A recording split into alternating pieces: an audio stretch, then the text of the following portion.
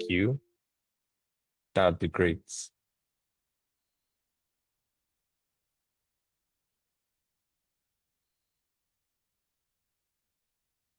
So we started exactly 2 minutes from now.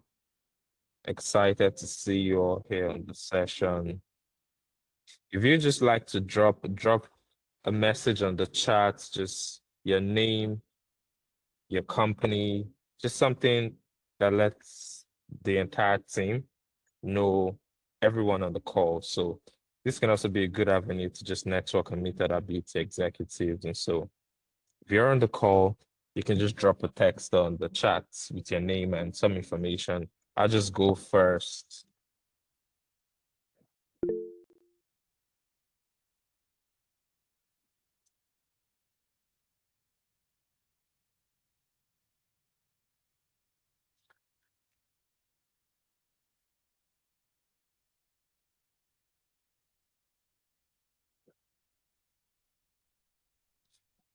Okay, I guess we're gonna start in 1 minute. And so if you're just joining, if you didn't hear the intro, I'll just go again. My name is Jude. I'm the founder and CEO here at Oyster, and this is our first version of Beyond Beauty, where we sit with very top executives and we bring the people behind the science. We bring researchers and top executives at these businesses who are doing cutting edge technology in biotech to talk a bit about some of the research and some of the products they've been working on. And for this session, we have Immobazyme. And I'd just like to introduce Nick. Nick would do a brief introduction. Immobazyme is a very exciting biotech company. They've been doing a lot of research around peptides and growth factors. And I wouldn't want to steal the show. I'll just hand it over to Nick, who will do an introduction and tell us a bit about the business. Awesome. Thank you, Jude, and thank you to the whole Oyster team for hosting this event. And thanks to you guys for being here. I'm really excited to get into the science of it. Let me start by saying this. I think if you've spent any time in skincare over the last few years, you've sort of felt the ground shift. The words on the front of the bottles have changed. Hydrating became clinical. Botanical became biotech. And one word in particular is now absolutely everywhere: peptide. My name is Nick Enslin. I'm one of the co-founders of Immobazyme, a precision fermentation biotech based in Cape Town. For the next half an hour, I want to talk about what's actually behind that shift, the biology, the Hi, Nick. opportunity. Yo, Sorry to cut you. I think we have a message on the chat. The audio is a yeah, bit muffled. okay. Let me switch over.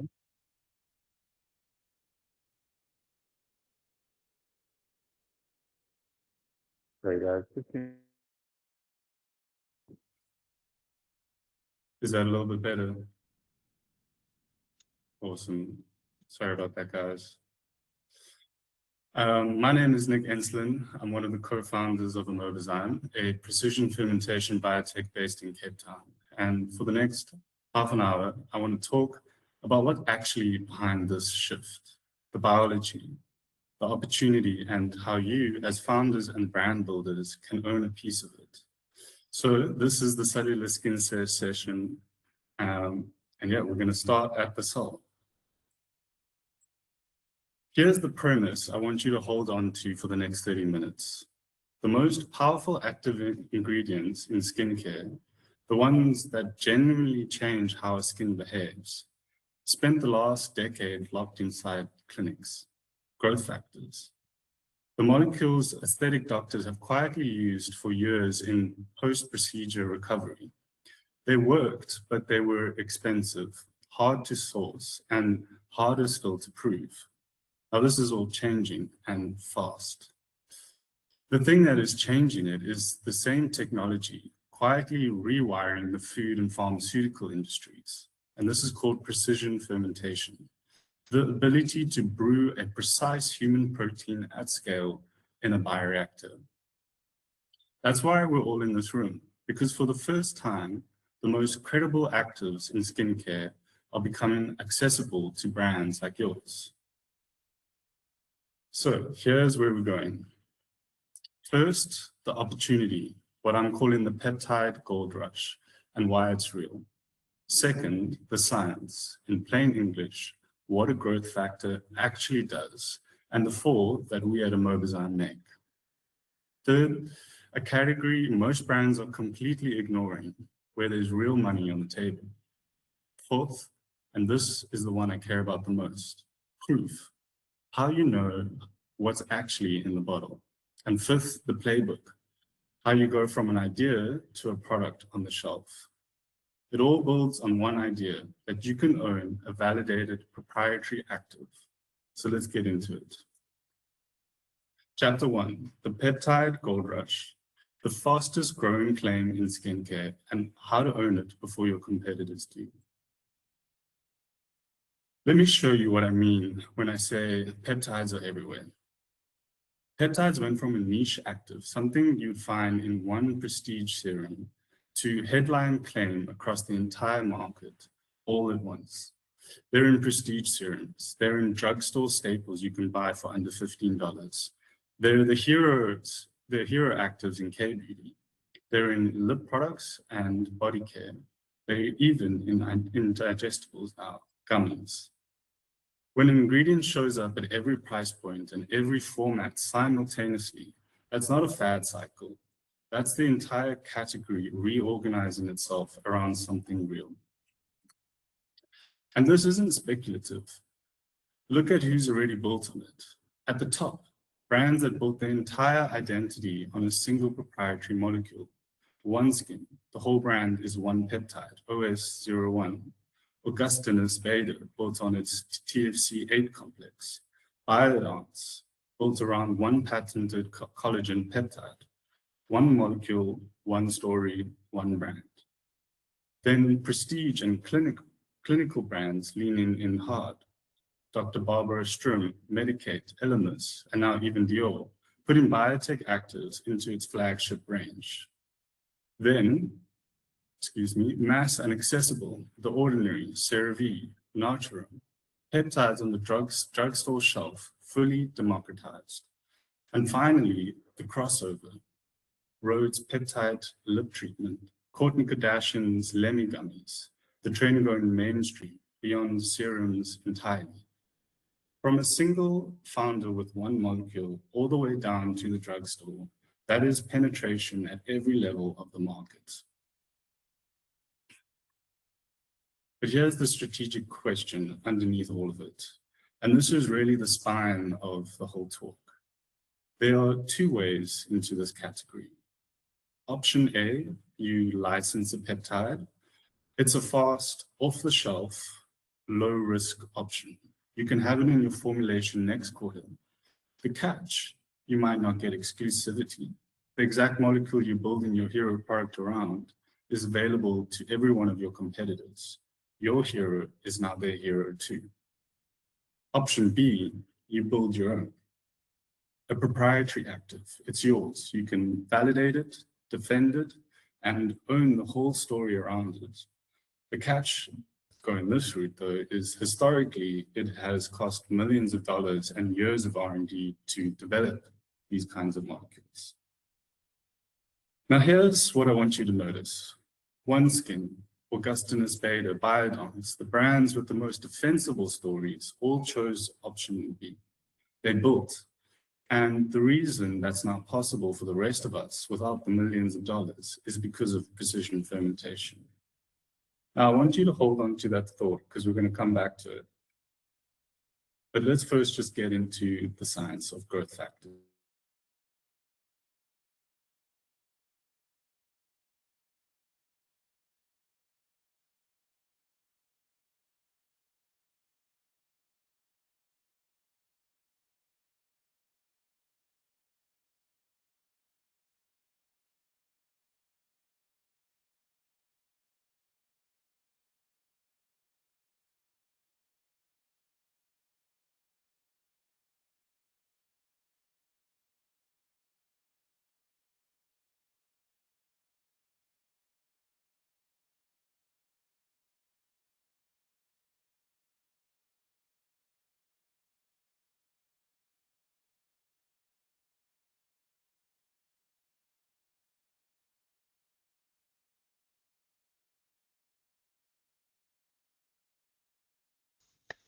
Hi, is it just me?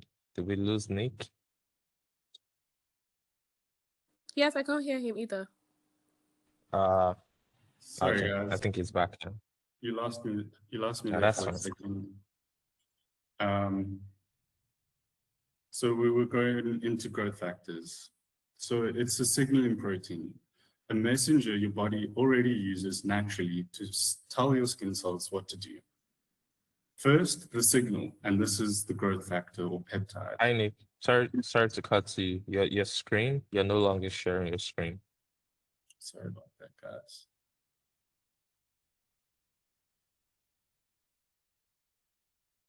So first, the signal, and this is the growth factor or peptide, the body's own protein messenger, the same one that drives renewal and repair.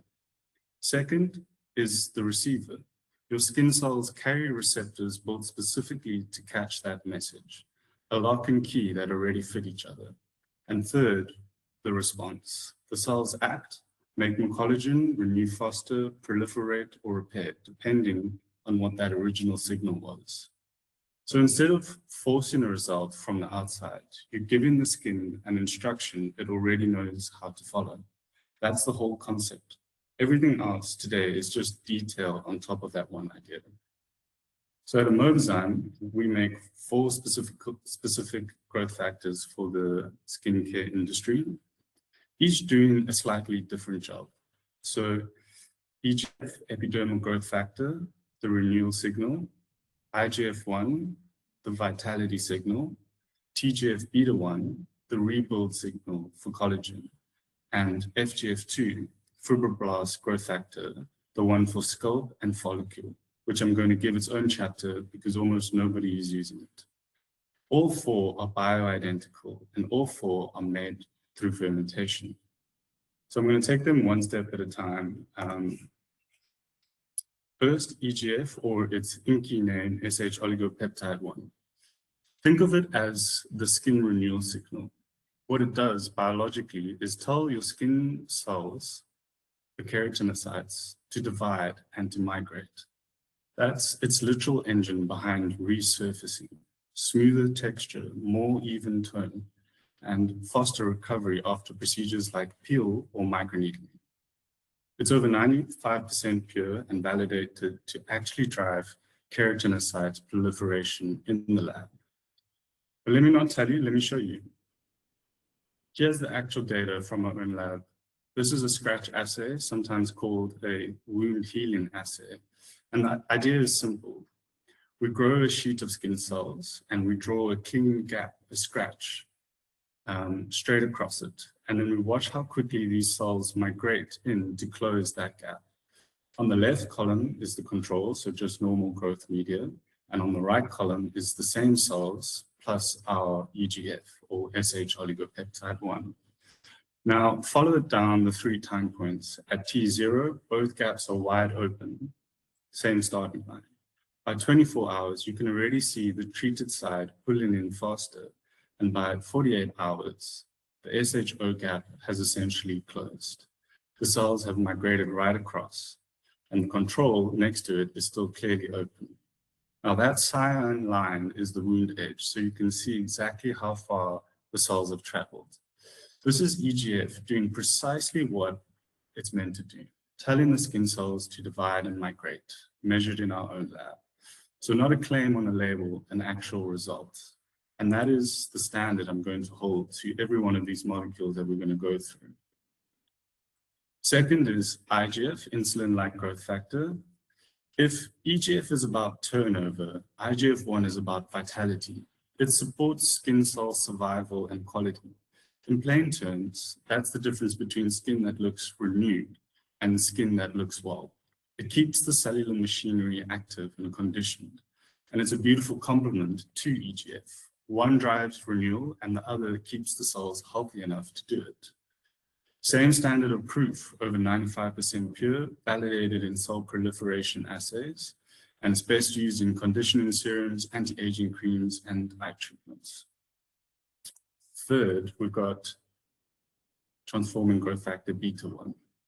Now, this is the rebuild signal, and it's the one your customers are rarely asking for when they say they want firmness. TGF-beta1 signals fibroblast. These are the cells that are deep in your skin to produce collagen and rebuild that extracellular matrix. The matrix is the scaffold underneath the skin that gives it its structure and bounce. So this is the density and firmness story, but argued at the cellular level. Not this cream temporarily plumps the surface with water, but this active signals your skin to build its own structure back. That is fundamentally a stronger claim. Again, over 95% pure, at density confirmed against the reference standard. And TGF-beta1 is best used in firming creams, density treatments, and wound healing repair. So how are they made? And specifically, how are they made at Immobazyme? They're not extracted from anything. Nobody is harvesting these from a plant or an animal. They're brewed. They're brewed. This is precision fermentation, and it's 4 simple steps. First, we encode. We take a human gene for the growth factor and write it into a microbial host. We then ferment. We brew that culture to make that exact protein scalable and consistent, completely animal origin free. And finally, we purify and lyophilize it. So we run it through sequential chromatography to isolate it to specification, and then we freeze dry it so that we can ship it to our partners as a dry powder. And what you end up with is a bioidentical, molecularly identical to the protein your own body makes, allergen-free and food safe. And this is what changed. This is why build your own no longer costs millions. So chapter 3, everybody's crowd in the face and the scalp is wide open. We have the molecule for it. So let me make a commercial argument before I show you another molecule. Everybody in beauty right now is crowding onto the face. It's the most competitive real estate in the industry. Meanwhile, there's a category sitting right next to it with enormous demand and almost no credible science: hair and scalp. Think about it. Scalp as skin, hair density, thinning, alopecia, these are all among the highest intent people search for in all of beauty. The demand is enormous, but the supply, the shelf is mostly decades-old chemistry and weak marketing claims. Very little of it is real, signal-level science. And that gap, the huge demand, old supply, is opening. So a validated growth factor for the follicle is a credible story almost nobody is talking about. And it happens we make the right molecule for that. And that is FGF2. So what it does is it drives the dermal fibroblasts and the support environment around the hair follicle. The cell proliferation and microcirculation a growing hair actually depends on. And it's foundational to the follicle. So if you think of, let's say, a hair follicle that's closed, what fibroblast is going to do is the cells on the sides of these dead hair follicles is going to grow and force the hair follicle to open up.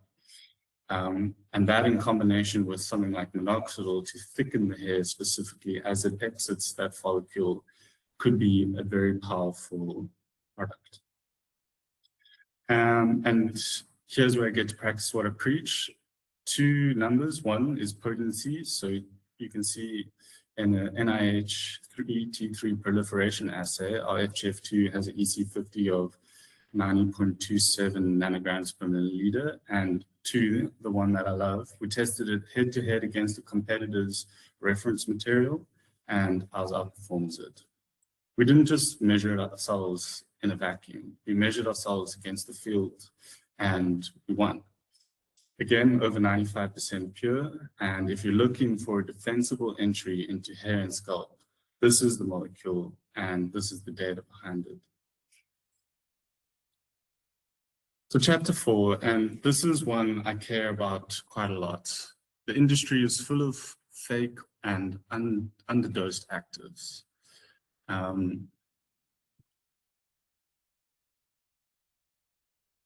cosmetic raw material supply chain is full of material you cannot trust, and it fails in three ways.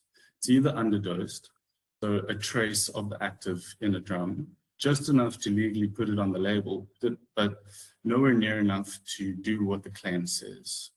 Two, it's unproven. Sometimes there's no efficacy data, no assays, nothing behind it, just a name on an inky list. And three, and we've seen this quite a lot because we buy lots of raw materials and actives in to test and compare our products to them. Some of them are just outright counterfeit, mislabeled or substituted material, where there's what's in the drum is not what's on the certificate. And here's why this matters to you specifically. If you build your hero product, the thing your whole brand stands on an active you cannot validate, then you cannot defend the claim and you cannot defend the brand built on top of it. The whole thing is sort of sitting on sand. The question every founder should be able to answer is brutally simple. Can you prove what's actually in the bottle? So here's our answer to that question. Every batch we ship comes with proof, not just adjectives. 5 things across all our lots.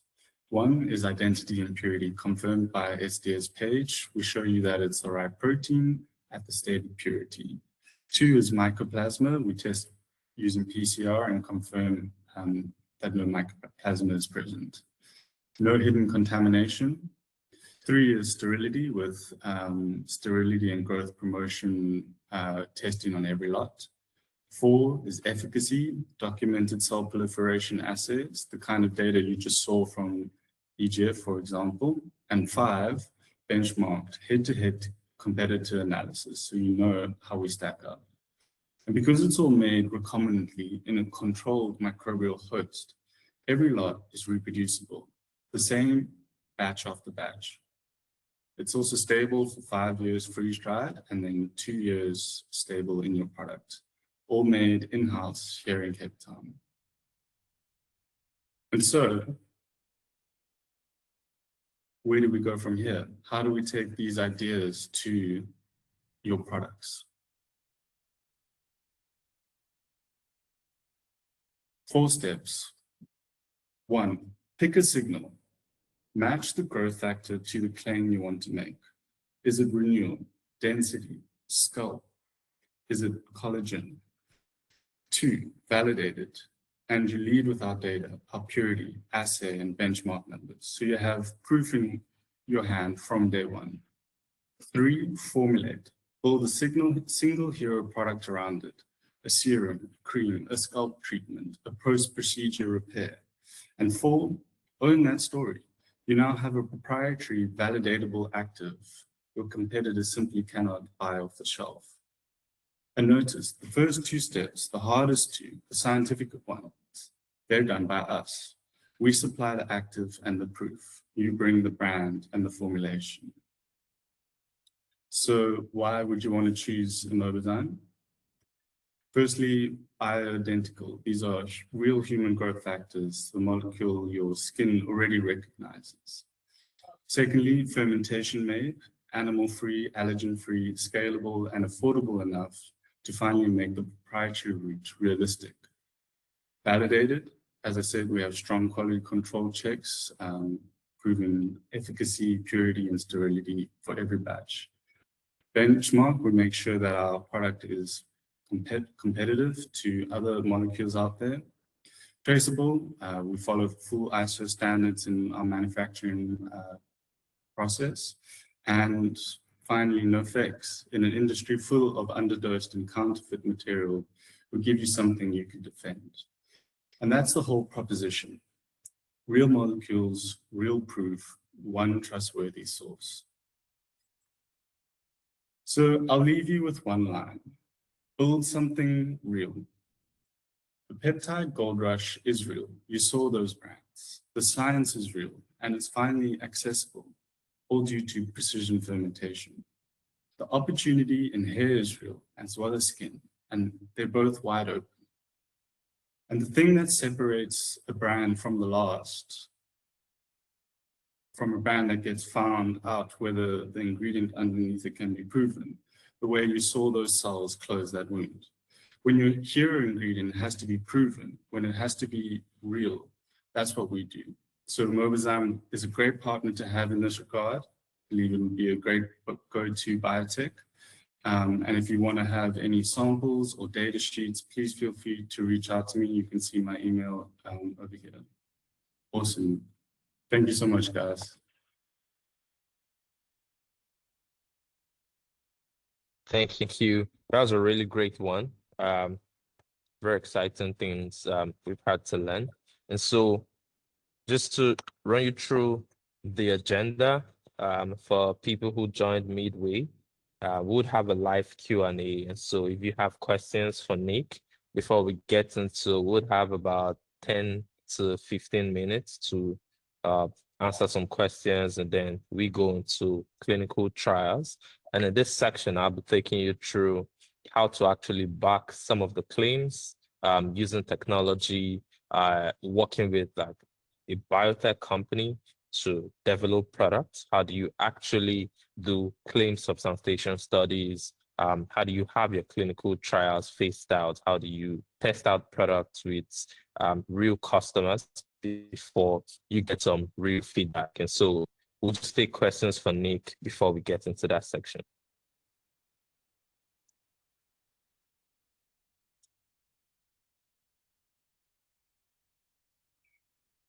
I always like to believe there are two outcomes.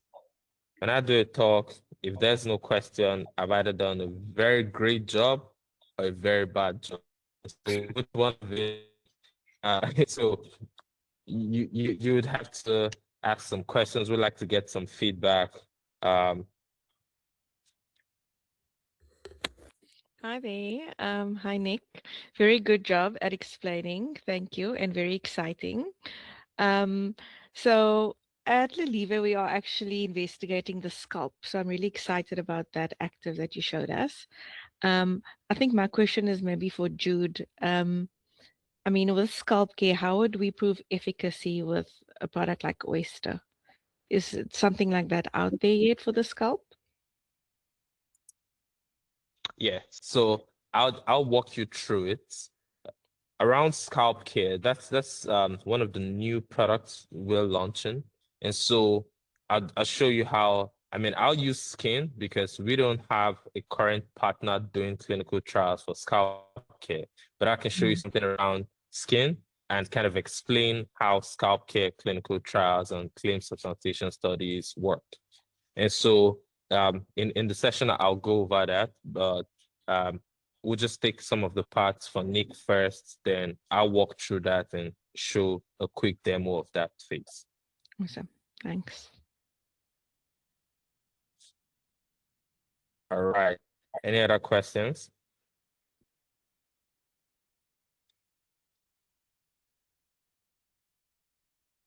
Okay. I'll just go. If you have questions, you can drop it in the chat. For time, I'll just start. I'll just do a very quick 5 to 10 minutes presentation to show you how do we actually back some of the claims? How do we work with a biotech partner like Immobazyme to help you launch a product that actually works in the markets? And so just give me a minute. And so one of the first things I would show here is claim substantiation. And so when you launch products or when you're in the product development phase, what you want to explore is what products that we have, how can we clinically prove that the ingredients in this product, the actives in them, all of the process around developing the product, how can we prove that it's scientifically backed? And so most of the time, we're getting into a phase of beauty where the consumer is more conscious about what they put on their skin and what they use. And so with time, as customers get more conscious of this, there's also a higher level of doubt on the ingredients some products state on the bottle, because some customers have seen cases of brands saying this is clinically proven and it's not. And so when everyone says clinically proven, there has to be a way to separate the brands that are actually clinically and the brands that are not. And so since customers have stopped believing the claim, we've built something that helps businesses, brands actually back with science. And so there are three ways brands prove a product today, and some of them are broken. One is self-reported surveys, where brands say 90% of women felt their skin was smoother. And when you hear this, you see felt, and that's an opinion, it's not really evidence. Another one is before and after photos, where people say we got pictures of our customers who tried this. We have 50 customers who tried this, and this is how we saw transformation.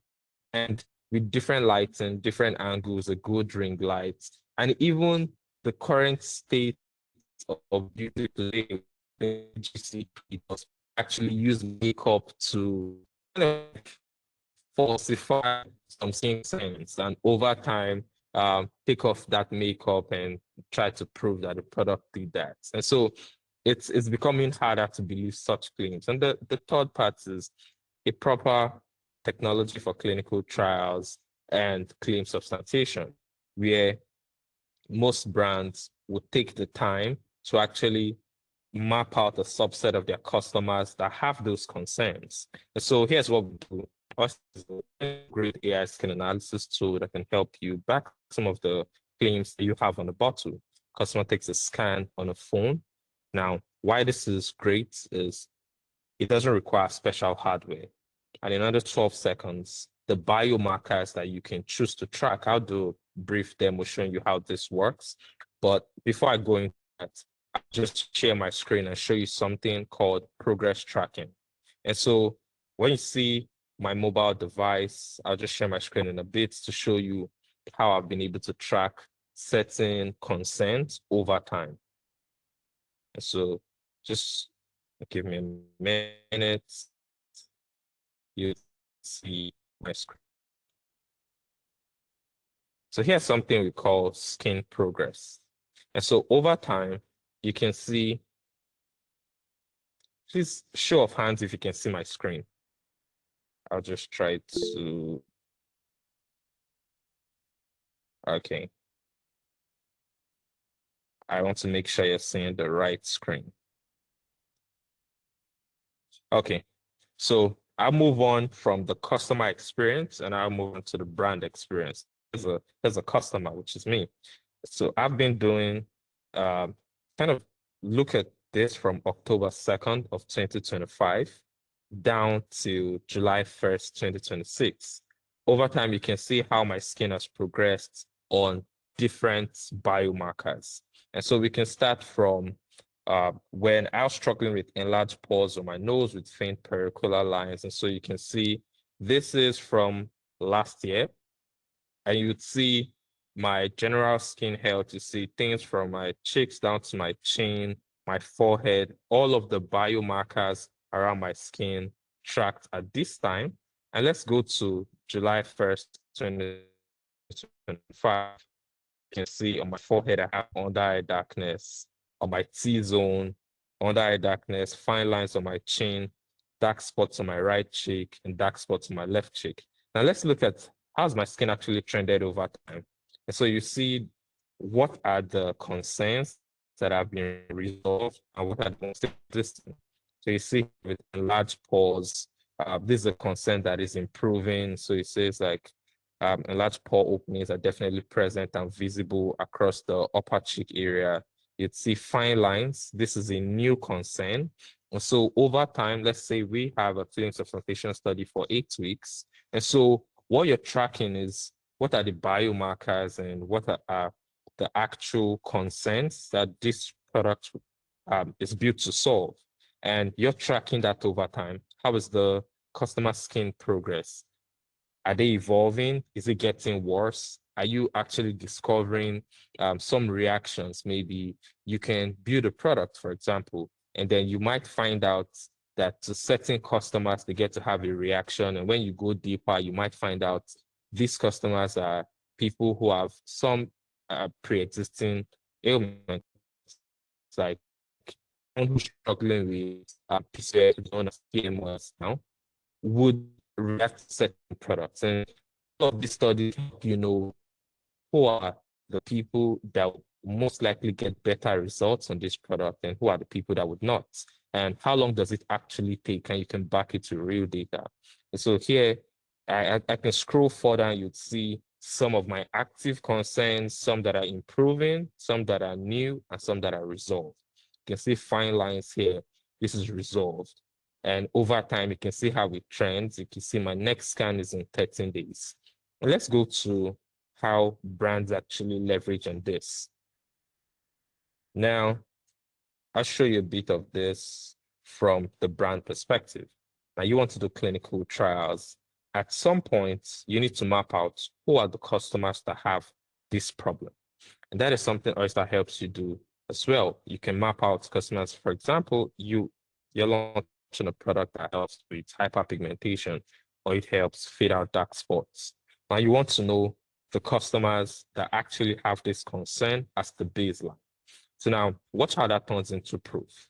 On day 0, your customer or study panel, they scan their skin and we lock a baseline. And say the score 58 with a hydration score 41% with high level of hyperpigmentation. Now we lock that as the baseline. That is where the customer started their journey from. And we start testing with them using the product and analyzing their skin once every week. We are tracking progress on those biomarkers. And so at 4 weeks, at 6 weeks, at 8 weeks, we scan again. And now we don't just show you a nicer picture of them. We show you the delta. So hydration started at 41 and now it's at 67. Pigmentation moved from high to medium. And so from a 58 score, and this is a pretty standardized model of measuring skin biomarkers. And so we show you the same person, the same measurements with real change tracked over time. And so I'll just go, I'll start one and say, let me just show one that's already existing. So let's say we have this melanin-rich brightening serum. And so for this trial, we want to substantiate the claims. We have certain claims we want to make on the bottle, but we want to back it with real data. And so you'd say things like what you actually want to track, what's the duration, what frequency do you want these customers to track this, and what's the participant limits. You can open your sample size or your study panel from about 60 to about 300 participants. And so you map out what are the actual concerns you want to track. And so here I have one participant and I can check this participant and see how exactly faring using those products. And so just in a minute, you'd see this participant has done one analysis. And so they have about 14 remaining. And so over time, you'll do all of this. You can view the results and let's say, what is the result of this? And so this customer skin shows good plumpness, but texture needs some attention. And so what you're seeing is you see the regions of concern. You show you things like skin strengths, the regions of concern, and you can see more details around region summaries. What are the concerns that are at the baseline? And you see things we track like excess sebum, dark spots, comedones, dark circles, fine lines. And then you see the evidence of these concerns. You see where it's at and the supporting detections. And so over time, you want to see what is the delta? How is this actually improving? Are they actually getting reactions to this? You can also withdraw someone from the panel and maybe they start having some reactions and wouldn't like to see that through to the end. You're able to withdraw them. And so this just shows you now there's not enough scans yet to chart the progress. But over time, once the customer has done about 50% of the analysis, the system starts giving you very detailed clinical analysis of how they're trending towards the concerns that the product solves. And so you'd see where you're seeing visible changes across these concerns to tell you the severity of it. And across a larger sample size, you start getting some unique insights about that. And so this is basically how you do it. You invite participants by either uploading a CSV or a spreadsheet with their meals, they get emails and can start immediately by taking a skin analysis. It shows you can create an intake form, all of the questions you'd like to ask. You can put your consent statement in here. So the customers get to consent to this, fill in their information, and start analyzing their skin once they get the product. And as they use it, you would also be seeing the progress here across the sample size with some great metrics around what's the average severity over time.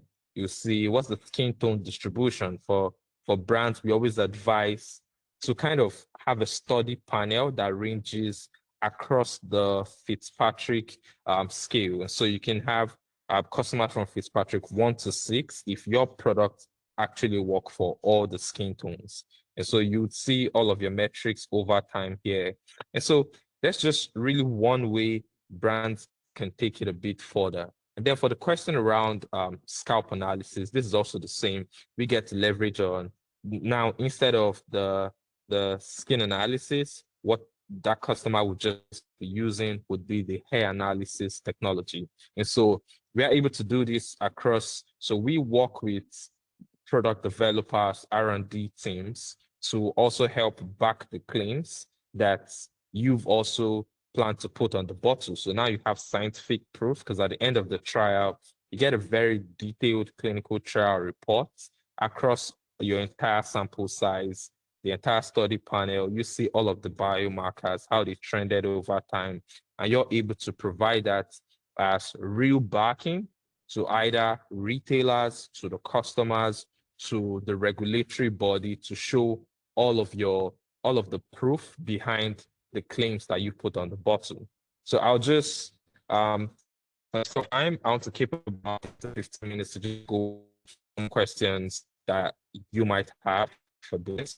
So I'll just take questions at this point. Hi, Pearl. Yeah, you can ask. Okay, good afternoon. So I think what Oyster is doing is actually a very innovative thing, because I've never come across an idea like this. But then it makes me wonder, what are actually the limitations of these biomarkers? For example, someone whose camera quality may not be as great as, how then can the scan be so accurate? And also for also the AI tool that you are using to analyze this, are there mistakes? Sometimes maybe it recognizes a dark spot when there is no dark spots or things like that. What are the limitations of these biomarkers? Okay, question.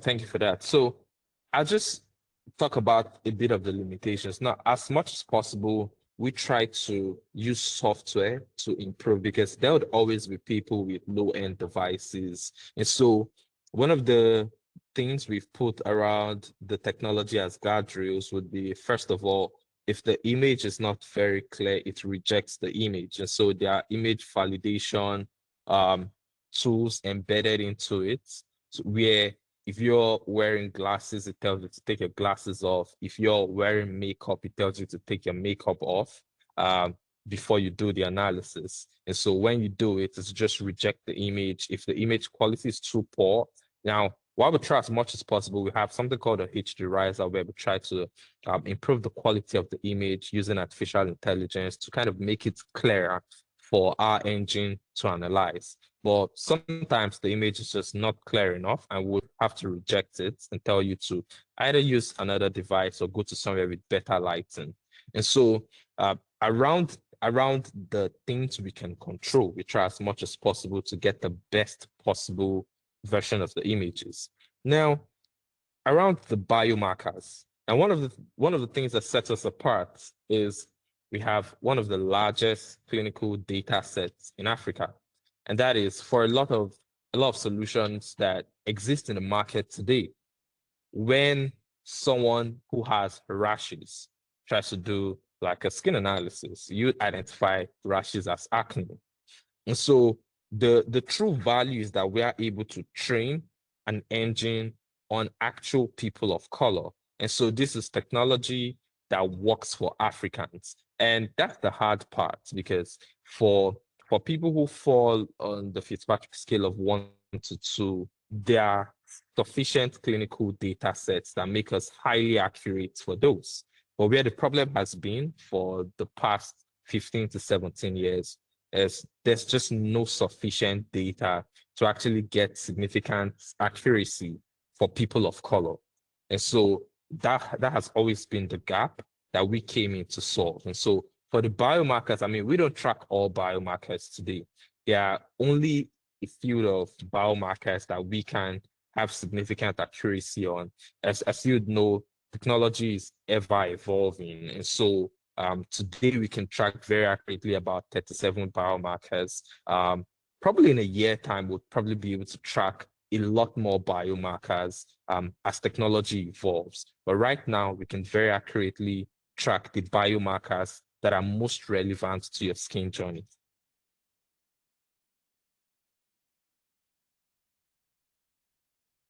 Does that answer it, Pearl? Yes, it does. Thank you. You're welcome. Any other question? Hi, Jude. A question from me. The data, when it gets scanned, like who does the information sit with, the brand, or is it freely available? Like, obviously, in terms of POPIA and all of that, if someone signs up and their data is there, what happens to it? Where is it stored? All of that stuff. So the data is for the brand. And so the customers don't get to see the results of that because it's a study, and at the end of it, you can decide to give that to the end customers. But this is strictly for things like clinical trials and claim substantiation. It's really too early to provide that data to the end customer because they might not even understand it in depth. And so it's for the brand. And for the sake of data privacy, confidentiality, the brand 100% owns the data. And so we don't own the data. We are only data controllers for the brand. And so some brands, after doing a clinical trial, might export and delete the entire data just to keep it safely. And so it also depends on what you want in your consent statement. What did the patient actually consent to? If they did consent to the image being kept, then you can keep the data. But if they didn't consent to that, then the image has to be deleted immediately after the clinical trials are done.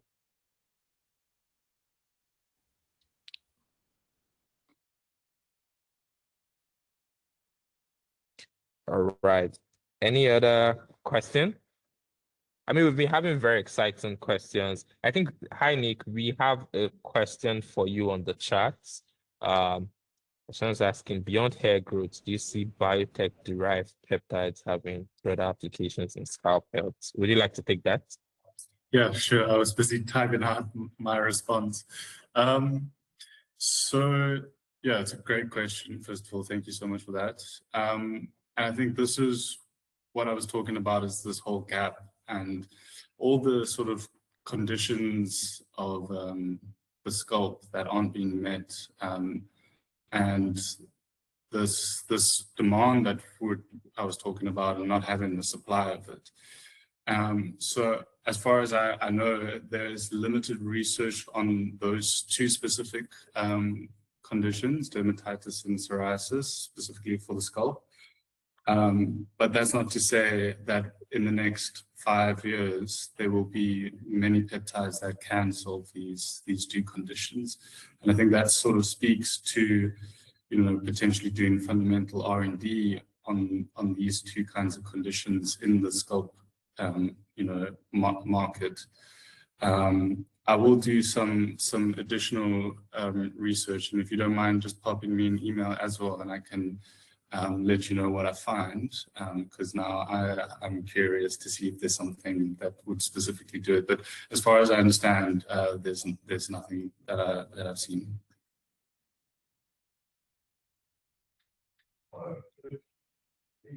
All right. So do we have any other questions before? I think this has been a very insightful session. great audience as well. And I know a couple of people might have questions after. I'll just drop Nick's email on the chat. And so if you have other questions you would like to ask, or Nick, you can just drop your mail. But would send the entire session. We recorded the session, and so if there are parts of it where you'd like to watch again, and so we would upload that and just send the links to everyone who registered for the event. You can always watch it again, find some parts that you found exciting. We really hope to make this a recurring session across other markets. And so if you would also like to join the next series of webinars that we would have, just going deeper into peptides and maybe exploring it from more perspectives, would be happy to send you invites to the next one. Thank you, everyone. This is a really exciting one. Look forward to answering more of your questions. Nick's mail is on the chat. I've just putting it out there in case anyone wants to reach out. Thank you. Have a great day. Cheers, everyone. Thanks, everyone. Cheers.